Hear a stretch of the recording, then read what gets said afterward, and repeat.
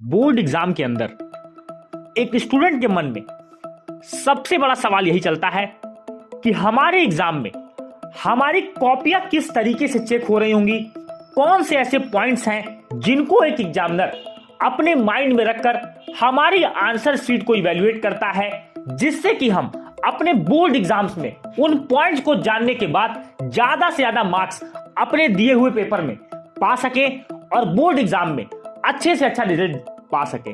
दोस्तों, आज के इस वीडियो में हम जानेंगे कि आपके बोर्ड परीक्षा में आपका एग्जामिनर कौन से ऐसे पॉइंट्स हैं जिनको ध्यान में रख करके अपनी कॉपी को चेक करता है। वीडियो को बनाने से पहले मैंने बहुत सारे एग्जामिनर्स के इंटरव्यूज देखे, बहुत सारे एग्जामिनर्स ऐसे मुझे मिले जो बोर्ड की कॉपियों को जांचते हैं और मैंने उनसे कुछ ऐसे पॉइंट्स निकालने का प्रयास किया जो कि आपको बहुत ज्यादा आपके एग्जाम में हेल्प करने वाले हैं। तो आइए एक एक पॉइंट को जानते हैं कि किस तरीके से आपकी आंसर शीट इवैल्यूएट होती है और कॉपी आपकी किन किन बिंदुओं पर चेक की जाती है। सबसे पहले जान लें कि आप अगर एग्जामिनर की मेंटालिटी को, एग्जामिनर की रिक्वायरमेंट को, एग्जामिनर के वे ऑफ चेकिंग को समझ लेते हैं तो आप अपने बोर्ड एग्जाम में बहुत अच्छे मार्क्स स्कोर कर सकते हैं। बहुत सारे विद्यार्थियों के मन में यह बात चलती होगी कि क्या एग्जामिनर हमारी कॉपियों को बहुत ध्यान से पढ़ते हैं या फिर बहुत ज्यादा टाइम वो पर कॉपी पर देते हैं। तो इसका आंसर है बिल्कुल नहीं, वो बहुत ज्यादा आपकी कॉपी का डिटेल्ड एनालिसिस नहीं करते हैं, क्योंकि मैंने आपको बहुत पहले ही वीडियोस में बताया था कि हमेशा अगर एग्जामिनर आपकी कॉपी पर ज्यादा समय दे रहा है तो इसका मतलब आपके मार्क्स कटने वाले हैं, आपको कम मार्क्स मिलेंगे। और बोर्ड एग्जाम में यह फॉर्मूला बिल्कुल सही होता है कि time is inversely proportional to number of marks, यानी कि जितना ज्यादा समय आपको आपकी कॉपी पर देना होगा, एग्जामिनर जितना ज्यादा समय आपकी कॉपी पर देगा उतना ही आपके मार्क्स कम होने वाले हैं, और जितना कम समय वो आपकी कॉपी पर देगा उतना ज्यादा मार्क्स आपको मिलने वाले हैं। साथ ही साथ इस बात का ध्यान रखें, जब भी एग्जामिनर आपकी कॉपी को चेक करता है तो हर बोर्ड, चाहे वह यूपी बोर्ड हो, सीबीएसई बोर्ड हो, कोई भी स्टेट बोर्ड हो, वह हमेशा हर बोर्ड आप एग्जामिनर को एक आंसर की प्रोवाइड करता है जिसके अंदर आपको ईच स्टेप पर नंबर अलॉटेड होते हैं। चाहे वह आपका एसएसटी का सब्जेक्ट हो, हिंदी का सब्जेक्ट हो, मैथमेटिक्स का सब्जेक्ट हो, इंग्लिश का सब्जेक्ट हो, हर स्टेप पर आपके नंबर अलॉट होते हैं। इसीलिए आपको कहा जाता है कि अपने एग्जाम के अंदर किसी भी क्वेश्चन को आप अनअटेम्प्ट ना करें, यानी हर क्वेश्चन को आपको अटेम्प्ट करना है, क्वेश्चन आपको कोई भी छोड़कर नहीं आना।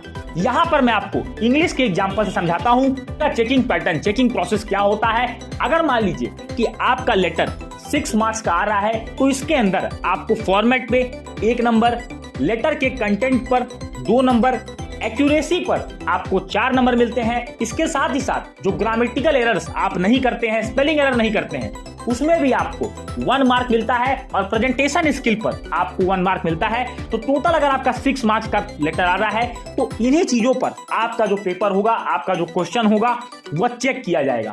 दूसरी बात, जब आप बोर्ड एग्जाम की कॉपी लिख रहे हैं तो हमेशा इस बात का ध्यान रखें कि आप किस सब्जेक्ट का पेपर दे रहे हैं, ये आपके दिमाग में जरूर होना चाहिए। जब भी आप साइंस एसएसटी का पेपर दें तो कोशिश ये करें कि जो चीजें आपकी बुक में मेंशन है उन चीजों को ज्यादा मेंशन करने का प्रयास करें, उन्हीं चीजों को अपने आंसर में लिखने का प्रयास करें।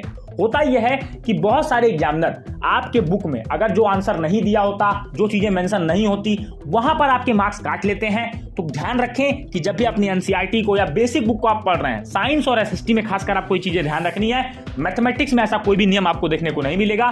जब आप साइंस और एसएसटी का पेपर दे रहे हैं तो आपको आंसर अपनी बुक के अंदर दिए हुए कंटेंट से, दिए हुए पॉइंट से आपको आंसर लिखना है।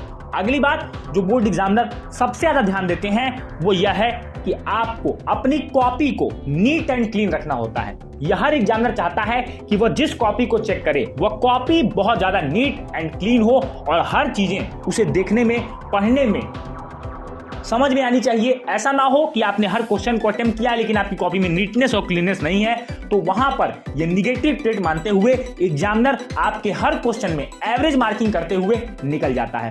अब आपके मन में सवाल आता है कि सर हर कॉपी पर एग्जामिनर कितना टाइम देता है। देखिए, एग्जामिनर को एक कॉपी चेक करने के लिए 10 से 15 मिनट मिलते हैं, लेकिन जर्नली एग्जामिनर बहुत दिनों से यही काम कर रहे होते हैं तो वो किसी भी कॉपी में 5 से 7 मिनट से ऊपर नहीं देते हैं। इसीलिए आपको कहा जाता है कि आप अपने आंसर को इतना इजीली बनाएं इतना इजी आप कॉपी चेकिंग कर दें कि एग्जामिनर बहुत ज्यादा समय तक आपकी कॉपी पर ना रुके, क्योंकि अगर वो आपकी कॉपी में समय लगाएगा तो इरिटेट होते हुए आपके नंबर्स को ज्यादा कट करेगा।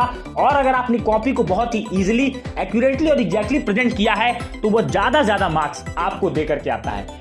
अगली बात, हर एग्जामिनर चाहता है कि उसको एक इनोवेटिव, एक क्रिएटिव कॉपी मिले। यानी कहने का मतलब कि आपका वे ऑफ आंसर राइटिंग बहुत बेहतरीन होना चाहिए। आप ज्यादा बुलेट्स, नंबरिंग, टेबल्स, ग्राम, इन सारी चीजों का अगर आप यूज करते हैं तो एक एग्जामिनर आपकी इस एबिलिटी से बहुत ज्यादा अप्रिशिएट आपको करता है, बहुत ज्यादा वह खुश होता है। तो इस बात का आपको ध्यान रखना है कि जब भी आप किसी आंसर को लिखें, कुछ अलग करने का जरूर प्रयास करें। पॉइंट वाइज आंसर को लिखें। पैराग्राफ एक ऐसी चीज है जिससे हर एग्जामिनर इरिटेट होता है, इससे आपको बचना है। यानी कि आप जो भी किसी आंसर को लिखेंगे, आप हमेशा ध्यान रखें कि आप point wise according to number of marks आपको लिखना है। पैराग्राफ में आंसर मत लिखिएगा। कोई भी एग्जामिनर उस आंसर को पढ़ने में, उस आंसर को इवैल्यूएट करने में इंटरेस्टेड नहीं रहता है।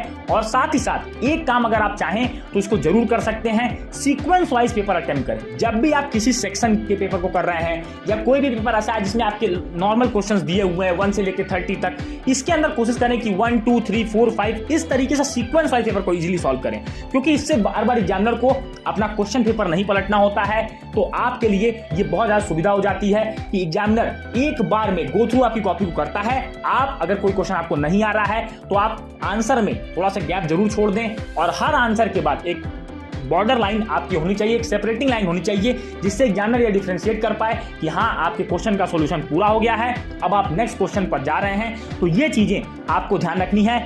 और एक बात, जो अंतिम बात है जो आपको मैं बताऊंगा, वो यह है कि जब आप बोर्ड एग्जाम में पेपर लिखते हैं तो हर बात ध्यान रखें, each step is equal to more marks in the examination. यानी कि आप अगर किसी भी क्वेश्चन को अटेम्प्ट कर रहे हैं, चाहे वो 2 नंबर का हो, 3 नंबर का हो, 4 नंबर का हो, हर स्टेप पर आपको नंबर मिलते हैं। बार बार आपसे कहा जाता है कि बोर्ड एग्जाम में स्टेप मार्किंग होती है, किसी भी क्वेश्चन को मत छोड़िए, क्योंकि ये आपको पास करने में बहुत ज्यादा मदद करता है। कोई भी एग्जामिनर आपको फेल नहीं करना चाहता, इसीलिए आपसे बार बार कहा जाता है कि अगर आपको कुछ भी ना आए तो कुछ ना कुछ जरूर अपनी कॉपी में लिख कर आए, जिससे एग्जामिनर के पास यह चांस हो कि आपको वो पास कर पाए। तो उम्मीद करूंगा कि यह वीडियो आपको एग्जामिनर की मेंटालिटी को समझाने में, आपकी बोर्ड परीक्षा की कॉपी किन बिंदुओं पर चेक होती है, कैसे आपकी कॉपियां चेक हो रही हैं, कैसे आपकी कॉपी चेक होती है, यह सारी बातें इस वीडियो में क्लियर कर पाया हूंगा। वीडियो अच्छा लगा तो अपने हर उस दोस्त में शेयर करें जो बोर्ड परीक्षा को दे रहा है, बोर्ड परीक्षा देने वाला है।